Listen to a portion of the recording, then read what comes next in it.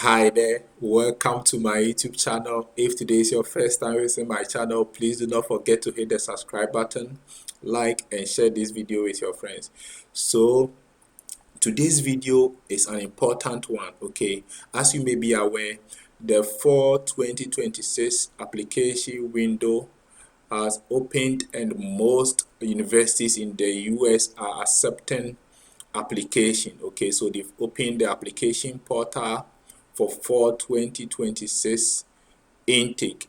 Okay, so if you are a master student, undergraduate student, or a PhD prospective student, this is the time to make the most out of your application. And I'm here to share with you some 5 key considerations before you submit your application. Some 5 key things you have to consider, you have to pay attention to before hitting the submission button for your application. Okay, so without wasting much time, let's dive in.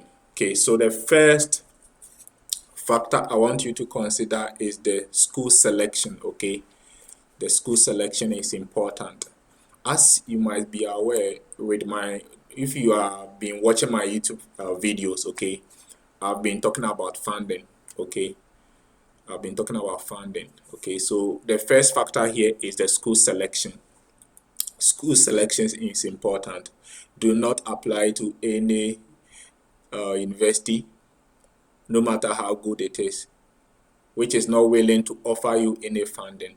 Okay, so make sure the schools that you have selected have some sort of funding, being it teaching assistantship, scholarships, okay, or research assistantship positions. Okay, this is very important for master student and potential PhD applicant. Okay, all the schools that you have decided to apply to, make sure they have some form of funding. Okay, because funding is a key. Admission without funding, I don't see it as an admission. So make sure the schools you are applying to, the schools that you have selected, they have some form of funding for you. Okay, and do not apply to only one university. Okay, because the competition out there is tight. Okay, the competition out there is tight, so do not apply to only one university. Okay, if you have been following my videos, okay, I recommend you apply to at least 5 universities. 5 universities is good. Okay, that one, if you do that, you are increasing your chances of getting admission. Because if you gain, let's say you get accepted to like 2 or 3 universities, you then decide, you now have option to select the one that you think is a good or the best fit for you. Okay, so the school selection is important. Do not apply to any school that will not offer you any funding. So that is my number one, the school selection. Let's go to number two. Number two on my list, before you submit your application, please proofread your essays. Proofread your essays. If I'm talking about essays, I'm talking about your statement of purpose, your personal statement, or any other essay that the school require you to submit. Okay, normally they give you some general prompts, some prompts that you could consider, like your reason for applying, your future career objectives, okay, your research interest. Make sure you are addressing all this in your essays. Okay, and proofread. Get competent people, qualified people, people who have gone through the application process, who have done it themselves and have gained admission. Get these people to proofread for you. Okay, get the right people to proofread your materials for you. Avoid spelling mistakes, avoid grammatical errors, as this will hurt your application. Okay, in this time of technology, you don't have to get spelling mistakes in your essays. Okay, you don't have to make mistakes, you don't have to get grammatical errors, you don't have to get all these things in your essays. Okay, let your application be devoid of all the spelling mistakes, grammatical errors, and the others. Okay. And please, if you are maybe you've written an SOP for Ohio State University, okay, and you are editing it, you want to recycle it for another university, make sure you don't have Ohio State University still in it.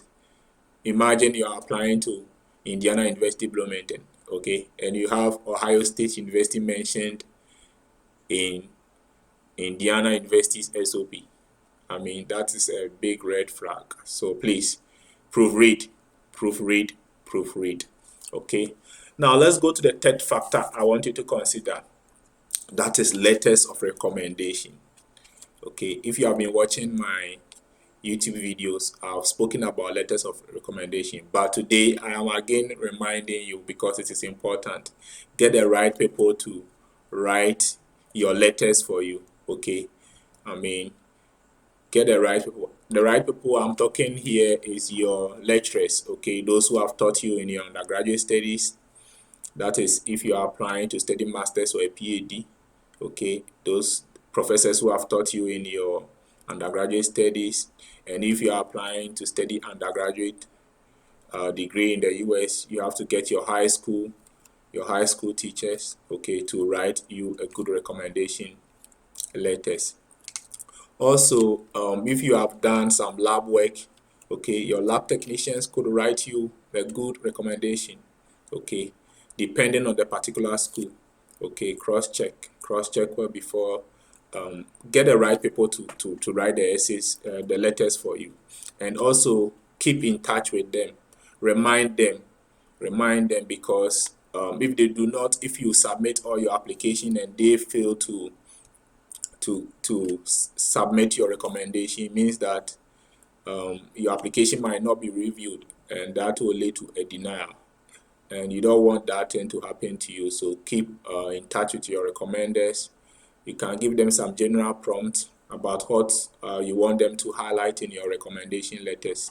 Okay, so keep communicating with your recommenders. Okay, let them write a good recommendation letter for you, and it will improve, or it will go a long way in helping you getting accepted.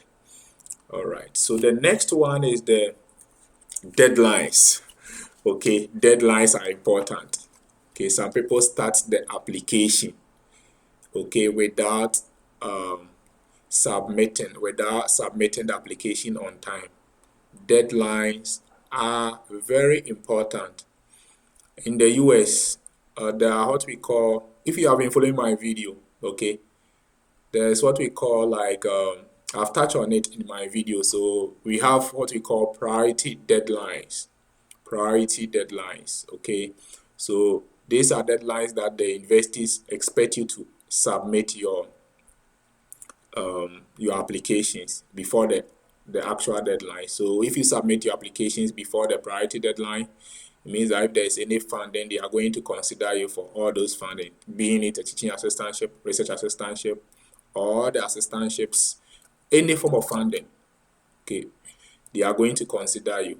But if you submit your application after the priority deadline, it means that you could get admitted, but you can be admitted, but you might not get funding. So please note your deadlines for every single school that you are applying to.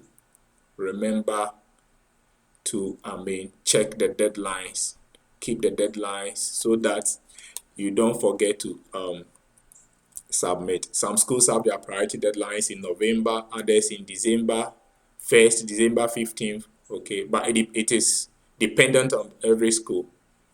Okay, it is program and school dependent. So cross-check, make sure you are meeting the priority deadline. For international students, you cannot let priority deadlines slip. So if you are having to do WES evaluation, make sure you do all your evaluation on time, okay, before the priority deadline, to help increase your chances of getting funding if admitted. All right, the last point I want to touch on is what I call the application portal review. application portal review. This is very important. Okay, so application portal review, I mean, when you first like create an account to input your details, okay, your personal details before you upload your application materials. Okay, that is what I'm referring to as the application portal review. So when you key in your name, cross-check your name, okay, your email address and everything, cross-check everything. And some universities have some specific questions, okay. This is very important. The universities have some specific questions within the application portal. For example, they will ask you, do you need funding if admitted? You have to answer yes. Don't go and pick no. Okay. They can ask you which funding source will you need. Is it a teaching assistantship, research assistantship? For international student, I think you should take all. Okay. Make sure you answer all the questions within the application portal well, carefully. Like take your time. Okay. Take your time and answer the questions well, because they consider all those factors. If they ask you that will you need funding if admitted and you select no, that means that even if there's funding, you might not be considered. Okay, so those factors are important. Make sure you review the application portal well, answer the questions well before you hit the you submit the applications. Okay, and the last one, the bonus tip, a bonus tip for you, because you've watched this video, till the very end. A bonus tip for you is that do not give up. Do not give up. Keep pushing, because it is possible. If others have done it, you can also do it. And please, if you're a believer, pray over your application, commit your application into the hands of God, okay, and everything will be fruitful. Thank you for watching my video. Once again, my name is Ebenezer. I'm a first year PhD student at Indiana University Bloomington.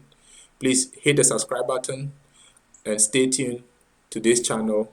Share this video with your friends who are also in the same process of applying to study in the US. Thank you for watching again, and see you in my next video. Bye-bye.